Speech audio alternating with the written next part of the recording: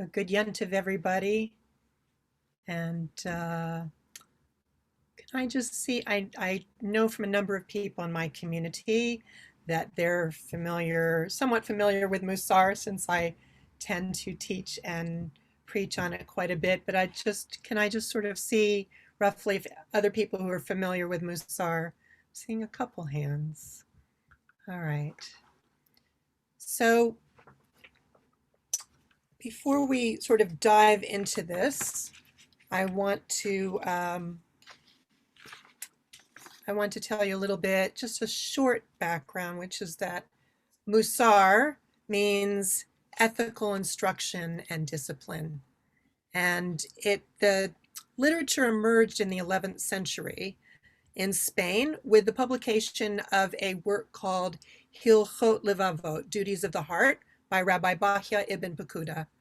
And he recognized that even though the Torah asked us to love and trust God and do so humbly, and we had some of these qualities that mentioned in what the Jonah story says about compassion and grace and patience and abundant loving kindness, that we weren't giving any specific instructions for how to do this in the Torah. Torah doesn't give us any. It kind of gives us some general guidelines. And so his book provided exercises and meditations to cultivate inner growth. And so then it was mostly an introspective, solitary pursuit, and more of a head pursuit until 8 centuries later, 19th century Lithuania. And Rabbi Israel Salanter, he founded the modern Musar movement.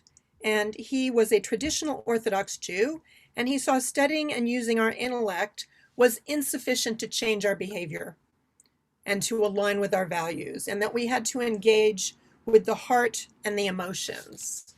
And so he founded this whole movement, and there were several schools that came out of his instruction and which built up into the 20th century. But sadly, of course, with the Shoah, most of the Musar teachers died in the Shoah.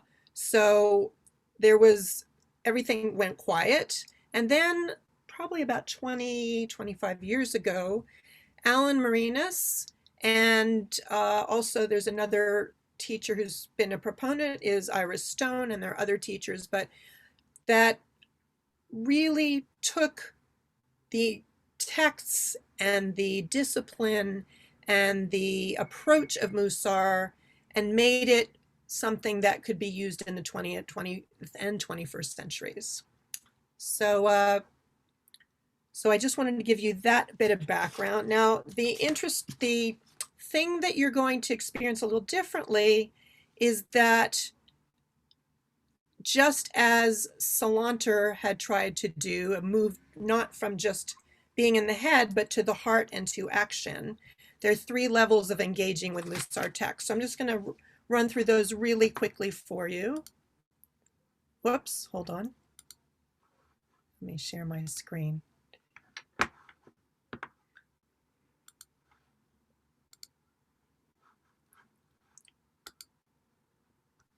No. Okay, so the 3 levels are Sechel, your mind, your Ratzon, or your will, or your heart. So Ratzon means will, but it's really about putting your heart into it.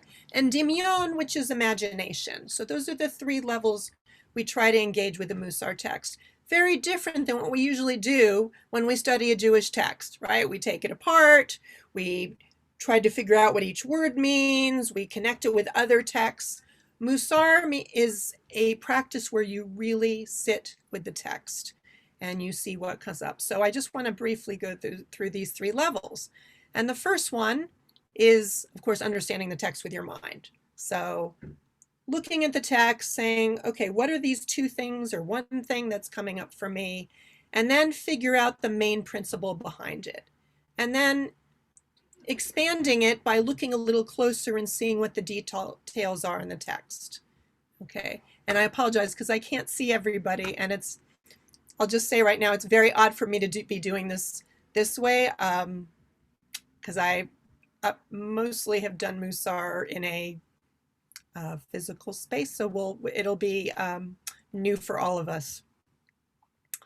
So heart. So this is where I think we can really use the practice to explore a text. You ask yourselves the types of questions that drill into the subject. So do you agree with this text is saying, right? Where is it? Is there something in there that's keeping me from accepting the truth of what is being said? And it may be a truth that is a painful truth. It could be a number of truths. You want to see how you feel about the concept and figure out where you're rejecting and where you're accepting. And even if you're accepting it, don't just accept it. So I've had conversations with people before. They say, well, this is obvious, isn't it? And you need to really kind of take a breath, look at the text, look closer and say, what's really coming up? Everything that's coming up for you in response to the text, see what's coming up for you. And part of this is connected with your own spiritual journey, which I'll get into in a minute. So it's really about encountering yourself in the text and new and different ways. And I think in the last session, Nicola was doing a really, her discussion raised a lot for me about how we can see ourselves in the Jonah text. So we can really take that sort of introspective anywhere. It's specific. It's not only for Musar texts, but it is how we study Musar texts. The last one is imagination. So we consider where the concept is relevant in our lives. And you walk through different scenarios. And there are different ways we do this in Musar practice. You might have a phrase that you come up with that you can chant or that you can post. You make gentle suggestions, as I said, I've put here, to yourself. Some of us might scream loudly, even out loud when no one's around, like, oh, why did I do that, right? There's no right way to do this. And the important thing is to find some way of bringing this concept alive to you. And the other thing that I will just mention is that depending on which Musar text you read, a lot of them can be quite harsh. And I'm very aware of that. And that often can bring up some of the difficulties and the struggles with gleaning the truth from the text. There are also more gentle texts, but my general approach to Musar is that if you are beating yourself up, it's not Musar.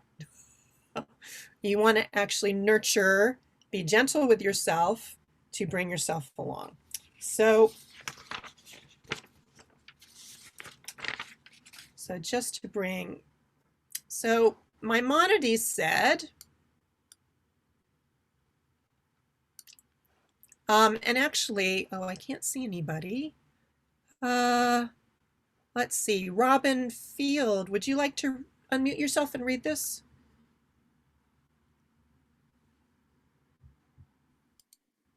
Yes, can you hear me? Yes, can hear you fine, thank you. Oh, great. Teshuvah begins with Cheshbon HaNefesh, accounting of the soul. Where have we harmed another or our relationship with ourselves? This is the time to drop pretense, to let our conscience speak.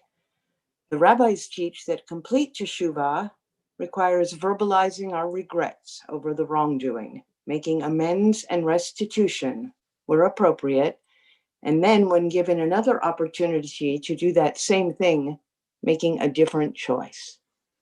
Thank you, Robin.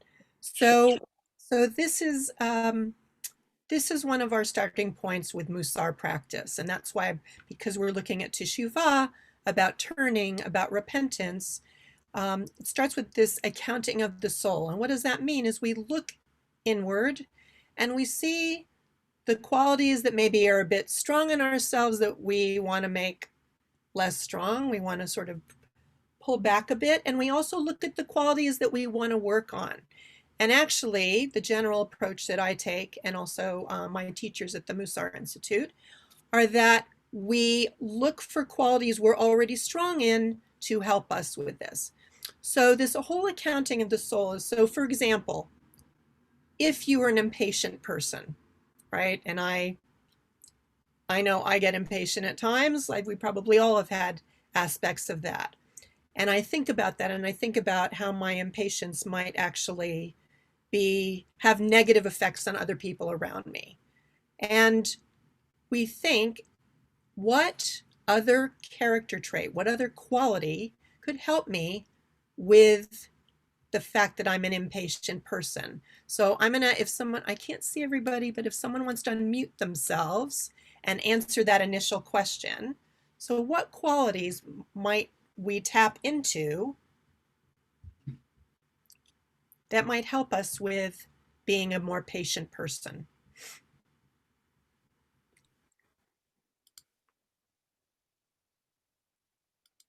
Rabbi, Yes, it's Sharon. hi I don't know Sharon. if you can see me. I can't, but okay, go on. uh, it interestingly follows on quite nicely from my meditation that I did service earlier. And Yeah. one of the things that I was saying about what we can do to be more patient is instead of just reacting to something, when we generally react from our head and a place of haste, Mm-hmm. we find that something's irritating us, or we read something, or someone says or does something, it's about using our breath. Take a breath, Take a breath. back, observe what's going on, and then try and get into what is the story of the other person that's just irritated you. So whilst you're busy doing that, you've almost changing your programming. And then if you still feel to respond, you can respond from the heart. Or if you're not at that place, best not to respond at all and have that bit more patience and tolerance for another.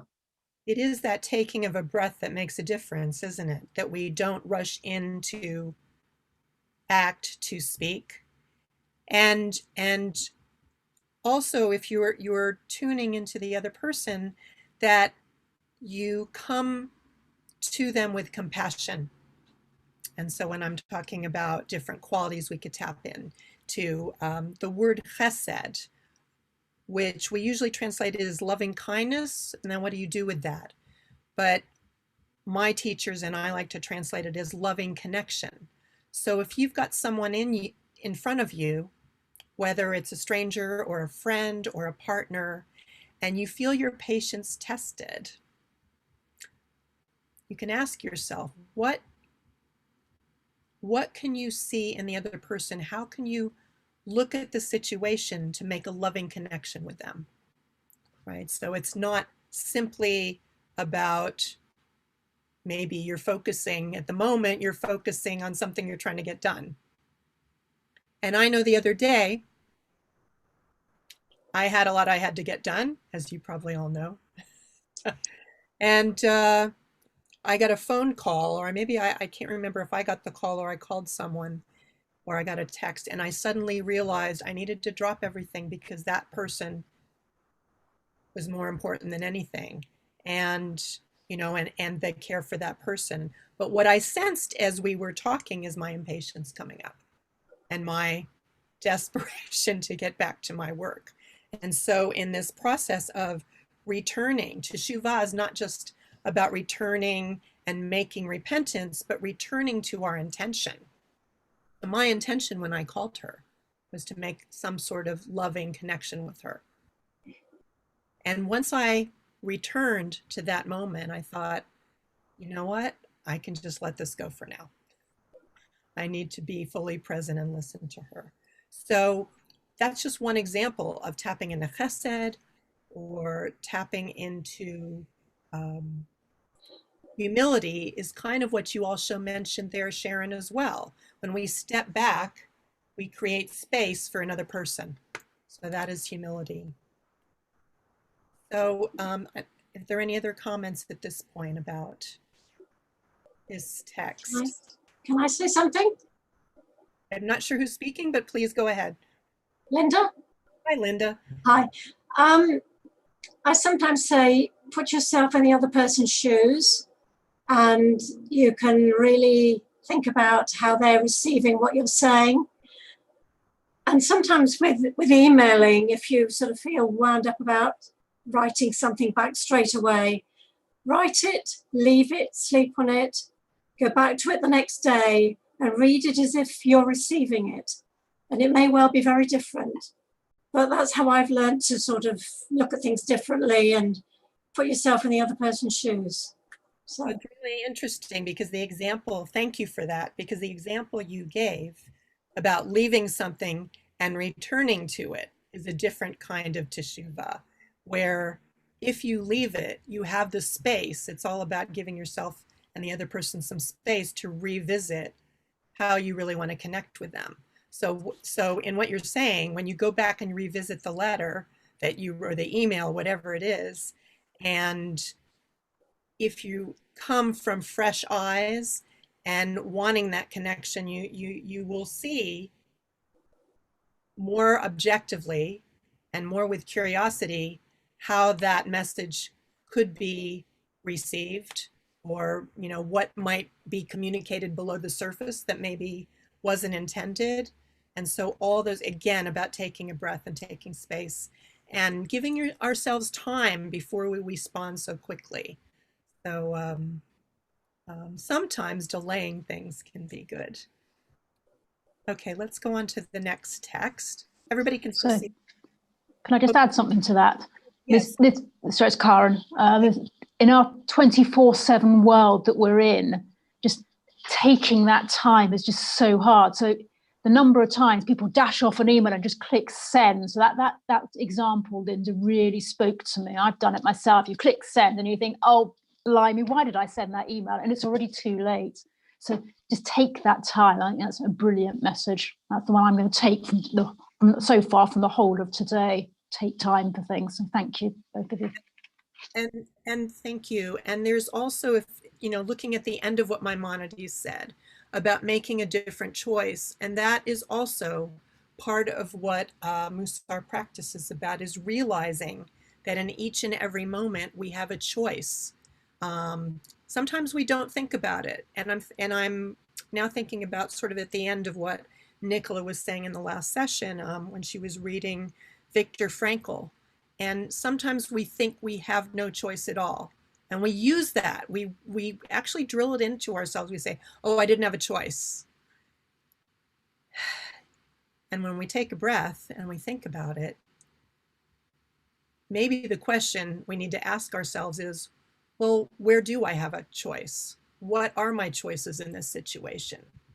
Right? Maybe I have no control over everything.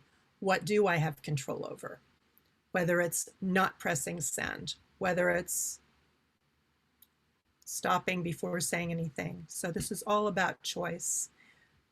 Let's go on. And actually, we've done this.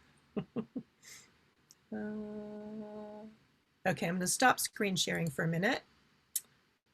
And so to kind of get us more in a Musar, those different levels. Usually when I bring a group together for Musar practice, we didn't do this at the beginning, is do a bit of sort of reflection or meditation or chanting. So this chant is actually from Judith Silver. Judith and I have had a lot of Musar conversations. I'm sure many of you know many of you might know who Judith Silver is, wonderful singer, songwriter, educator. And we did a Musar session together at Lamud a number of years ago. And she developed a number of chants around this. So what I'd like to, this is me though, this is my voice, not hers. So.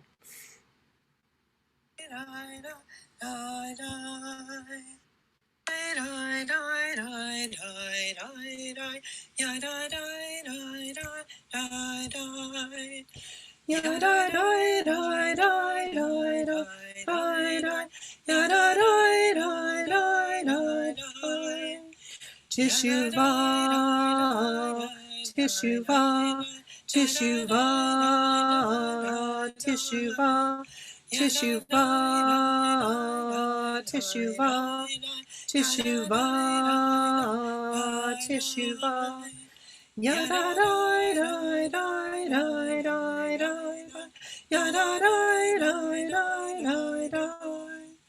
Ya da da da da da da da. Ya da da da da da da.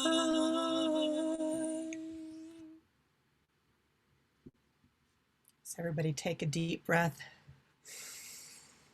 Create that space in your body.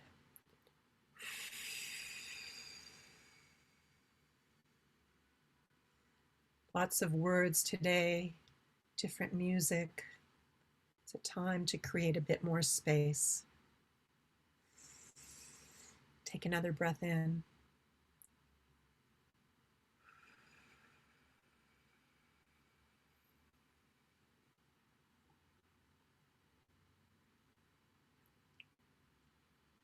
And we'll just be silent for a few moments.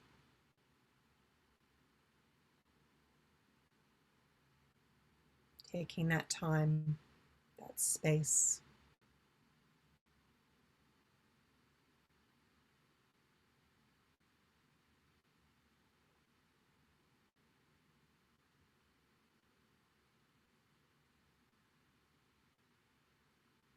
So I'm going to invite you now. I'm going to share my screen again.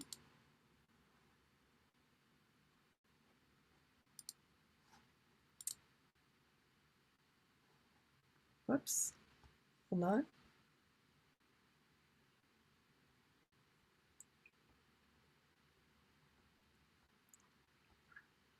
Here we go. So kind of centering ourselves and being open to whatever comes up. We're going to use one quote to explore those different levels. And then we'll go to another text. So we're going to start we haven't looked at this text yet. Could someone please read the text aloud?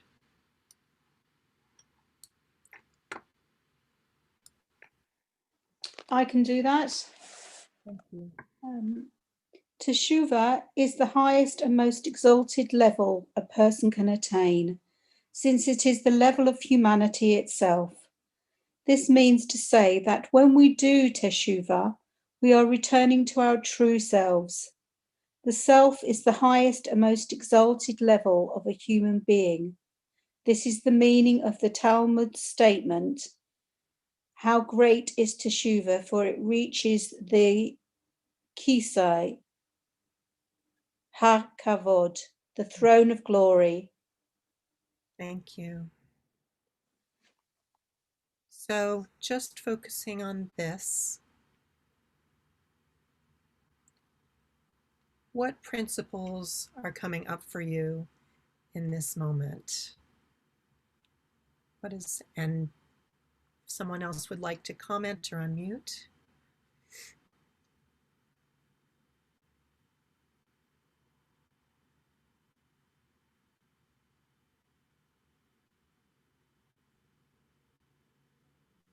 This is looking at self and actually what is our true self.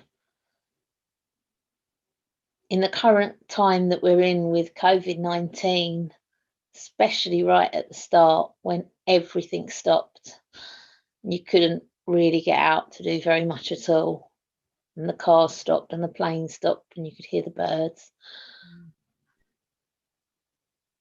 We were beginning to remember who we truly are.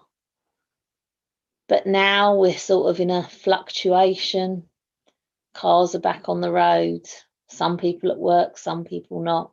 Schools open, universities, and chaos. And it's almost like we've forgotten. We've forgotten 3 months ago, which is a bit worrying.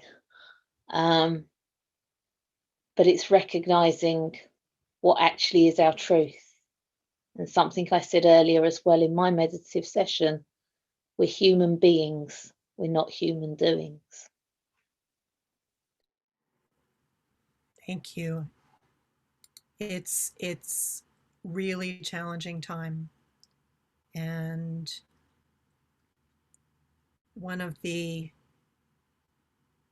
reassuring aspects of Musar practice, and I'm sure you feel also in meditation practice, which I also do, is that through a practice, through doing this, we keep returning to that self, that no matter what is going on around us, whatever storms are passing overhead, that having some sort of daily practice and returning to that. So Teshuvah, not just about repentance, but also just returning to who we are, those that we are made in God's image, right? We have the light of the divine inside us, and how we continue to get back in touch with that. And so whatever storms are passing, whatever conditions are around us, that we reconnect with that self again and again.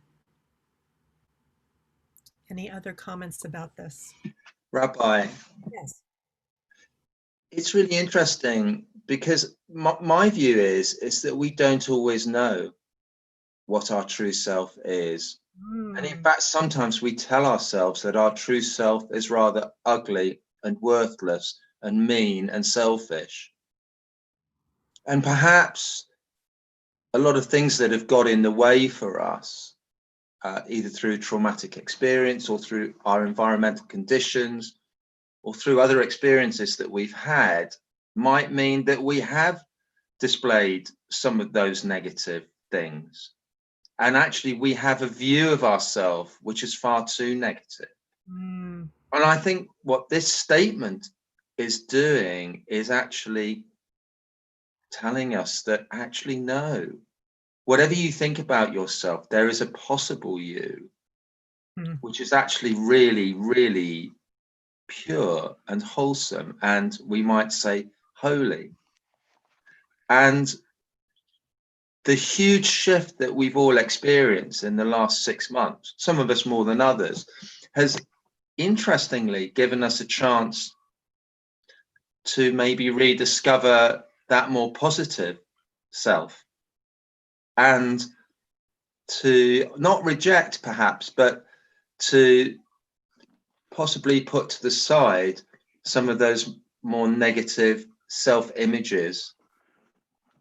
So this, I find, a hugely positive and hopeful statement, because it tells me whatever you think of yourself, however you think of yourself, there is a true self which is holy and pure and good. So glad you said that, David, because thank you, because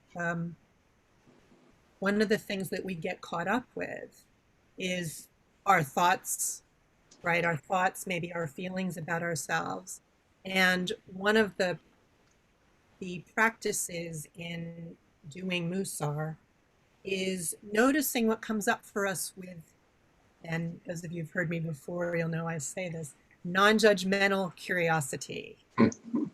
So we notice that we are beating ourselves up. We notice, and to say, well, that's, really? Is that what's coming up for me? You know, is that true? Is that true, what I'm thinking? Rabbi, can I add a point from an age which I am becoming? Of course. Go ahead.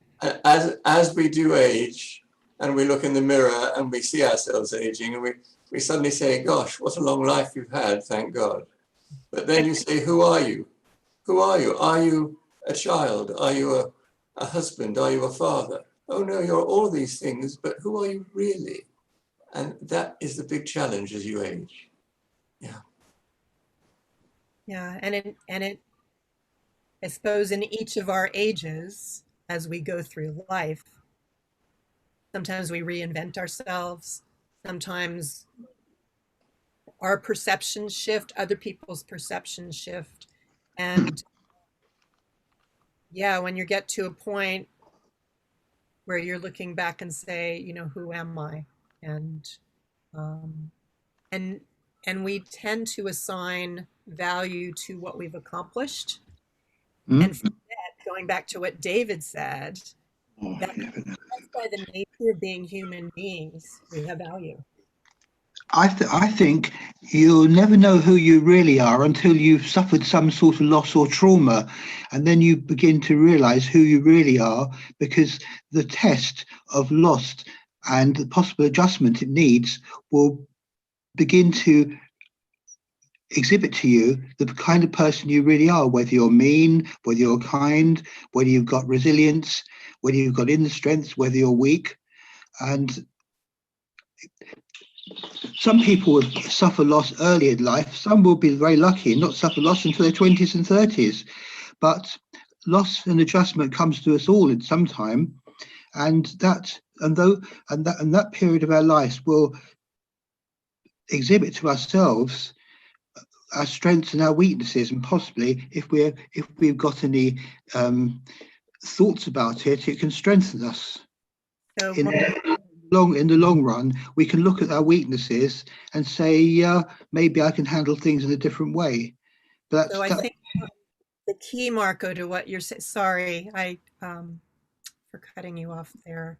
I think that yes, that does actually open a lot of people's eyes when they go through some sort of trauma. Like you were saying, I think the key is whether you're self-aware. So for someone who is self-aware, that might wake them up. That might and become some things about themselves might become painfully obvious. What this process of awareness does, hopefully, is whatever we experience, whether it's a trauma or not, that we keep coming back to our true selves, or we unpack, we discover our true selves underneath it.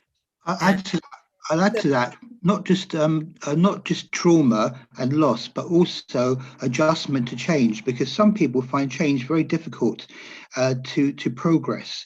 And if they suppress the feelings that when we change, they might feel betrayed. They've left school and moved into work, and they've left friends behind. And if they don't reflect on that and just see it as another road, but nothing to think about, they'll find the next road even more difficult.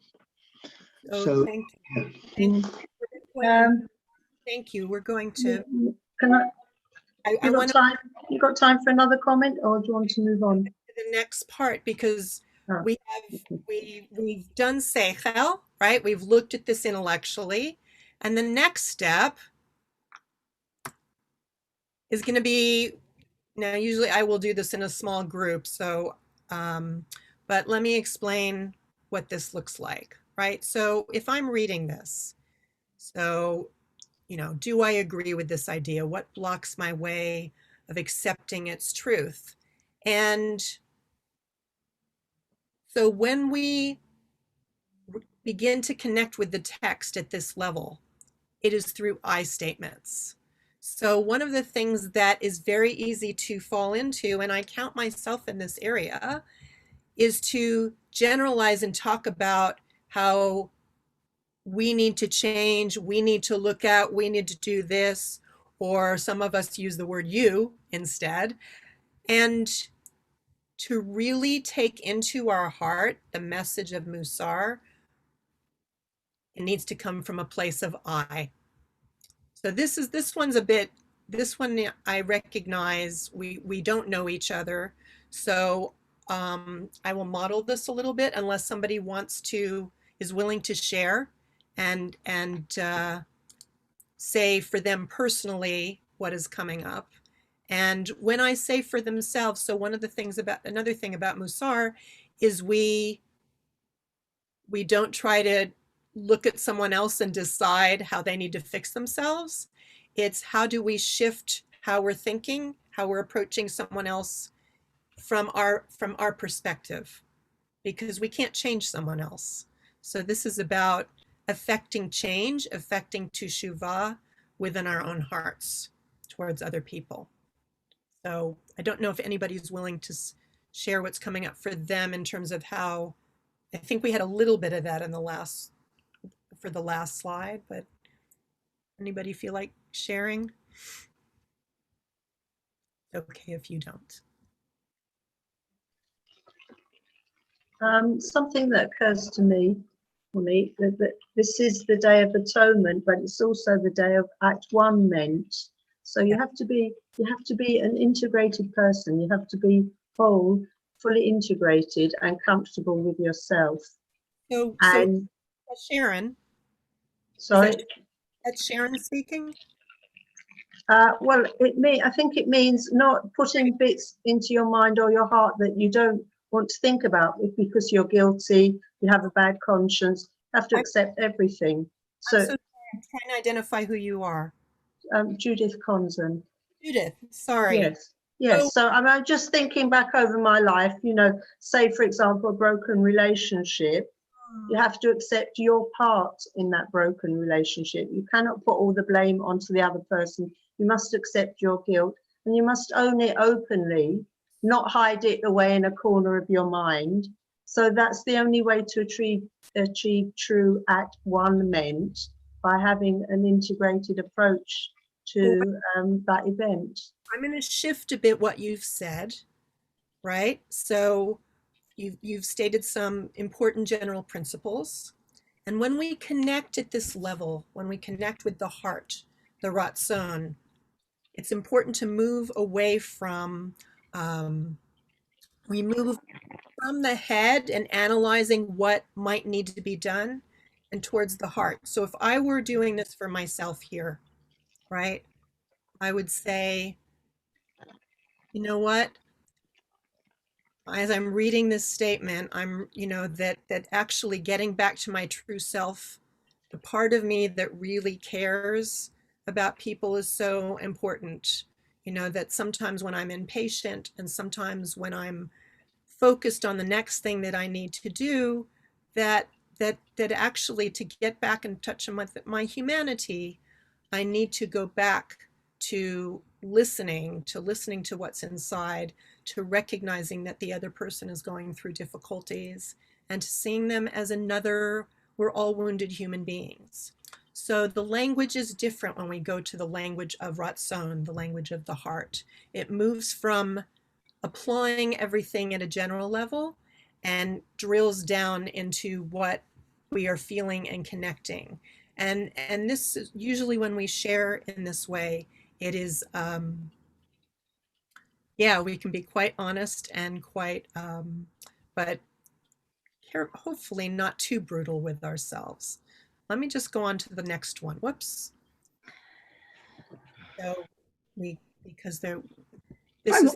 sorry, Rabbi Monique, I wanted to say something. It's Alice here, if that's okay. Hello. Hi.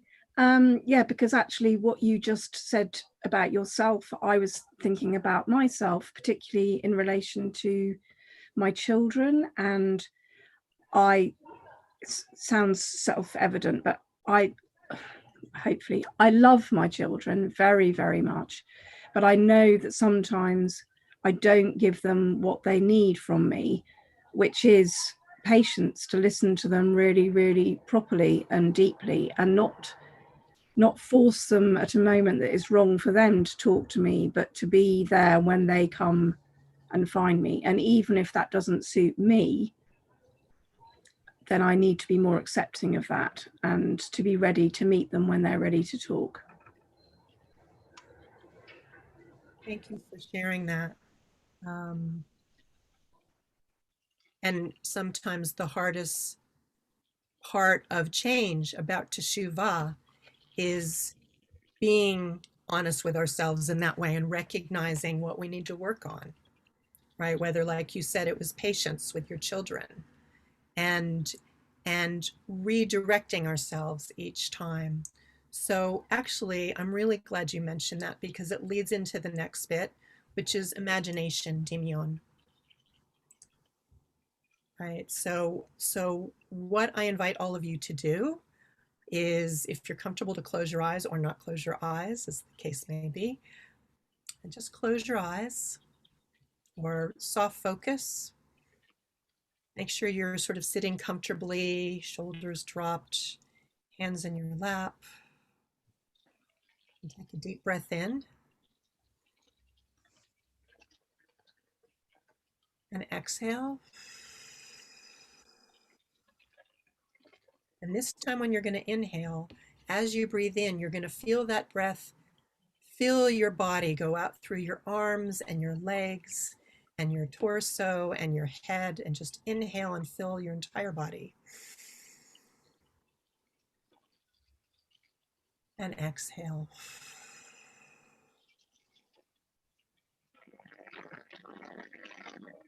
So take a moment to picture a situation. Could be something that's already happened, or maybe something that happens frequently, where you don't feel like you are your best self, that true self that we were reading about. And as that happens, I invite you to breathe that in, whatever that challenge, that friction, that difficulty, just breathe it in.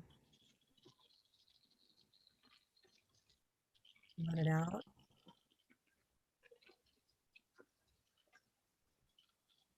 Breathe it in again.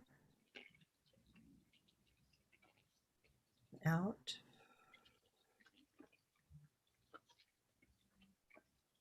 And whoever the person or people are that are in this situation you are imagining, I want you to get in touch with the idea that you have a choice.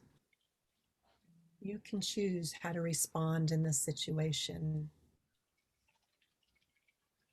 I invite you to open to a loving connection with this person or persons. See their face.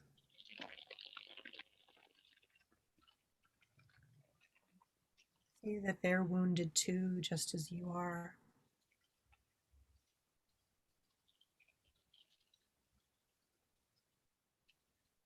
They might have struggles that you don't see. For each of us, our struggles are the biggest struggles in the world. And they're not the only struggles. Each time you start having thoughts of perhaps judgment, or maybe you're sensing some resistance emotionally, go back to your intention of connecting with this human being. Returning to that intention, practicing Teshuvah.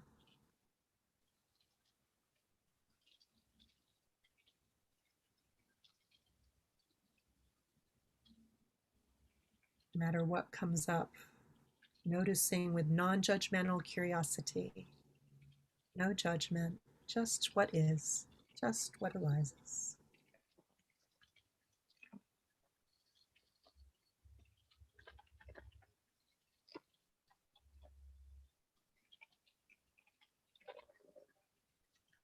Yai dai dai dai dai dai dai dai dai.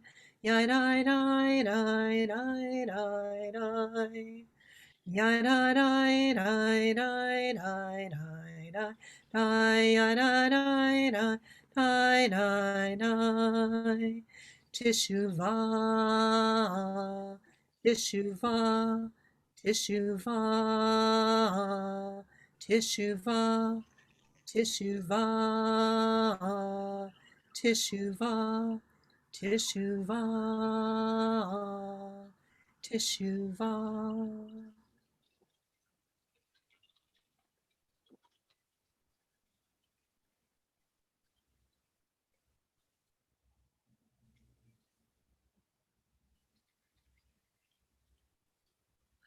So thank you, everybody, for bringing yourselves into this space, a most unusual space to connect the heart and connect the imagination with the head.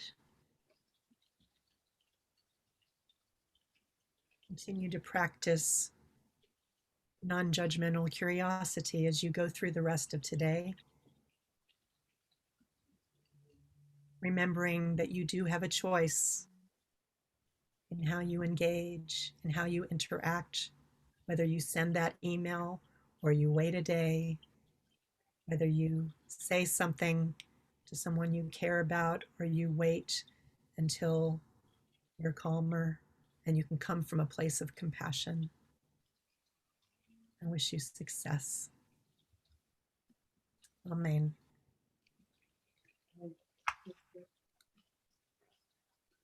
Thank you, everybody. Thank you. Thank you, Rabbi. Thank you, Rabbi Monique. Thank you. Thank you, Rabbi Monique. Thank you, inspirational. Everybody. and I'm so sorry I was so late. Would you be able to share the slides? If you, yeah,